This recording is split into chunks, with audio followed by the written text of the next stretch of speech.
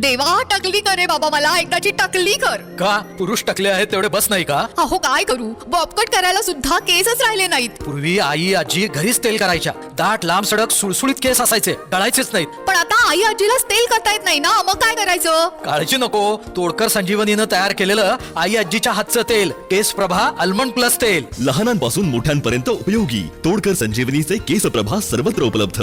ना याचं ना त्याचं, आमचं तेल आई आजीच्या हातचं. आज आपल्या आई अंबाबाईच्या तीर्थक्षेत्राच्या कामाचा शुभारंभ या देशाचे कणकर गृहमंत्री आदरणीय अमितभाई शहाजी, राज्याचे लोकप्रिय मुख्यमंत्री देवेंद्र फडणवीस साहेब, राज्याचे उपमुख्यमंत्री एकनाथ शिंदे साहेब, व्यासपीठावर उपस्थित मंत्रिमंडळातील माझे सर्व सहकारी, विधिमंडळातील माझे सर्व सहकारी, मंचावरील सर्व प्रमुख नेते मंडळी आणि मोठ्या संख्येनं उपस्थित बंधू भगिनी आणि मित्रांनो, बंधू भगिनींनो, आज अंबाबाई आपल्या तीर्थक्षेत्राच्या आराखड्याच्या निमित्ताने आज आपले देशाचे लोकप्रिय गृहमंत्री अमित शहा साहेबांनी आज त्याचा शिलान्यास केलेला आहे. मी मनापासून त्यांचं आभार मानेन, त्यांना धन्यवाद देईन. आपल्या मनोगतामधून करवीर निवासिनीचं त्यांनी तंतोतंत कशा प्रकारे आपण त्याचा आराखडा करणार आहोत याची माहिती त्यांनी दिलेली आहे.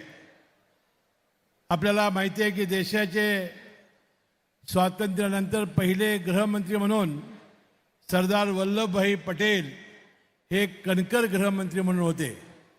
त्यांनी देशाला स्वातंत्र्य मिळाल्यानंतर त्यांनी संस्थानं खालसा केली आणि देश एक करण्याचं काम केलं. अशाच प्रकारचं सरदार वल्लभभाई पटेल नंतर एक तगडा गृहमंत्री या देशाला मिळाला की जो आपल्या कोल्हापूरचा जावाई आहे. याला आपला सर्वांचा अभिमान असला पाहिजे. आणि म्हणून ज्याचा उल्लेख मुख्यमंत्री महोदयांनी केला, ही सहकाराची पंढरी आहे आणि सहकाराचे अनेक निर्णय आज अमित शहा साहेब जाहीर करणार आहेत अशा प्रकारच्या भावना व्यक्त केल्या. मी 40-45 वर्ष हे सहकाराशी जुळलेला आहे. आज ही जिल्हा मध्यवर्ती बँकेचा 45 वर्ष मी अध्यक्ष आहे आणि या निमित्ताने जिल्हा मध्यवर्ती बँकेच्या आणि सहकारी साखर कारखान्याच्या अनेक अडचणी आज आम्ही इचलकरंजीमध्ये त्यांच्यासमोर मांडणार आहोत.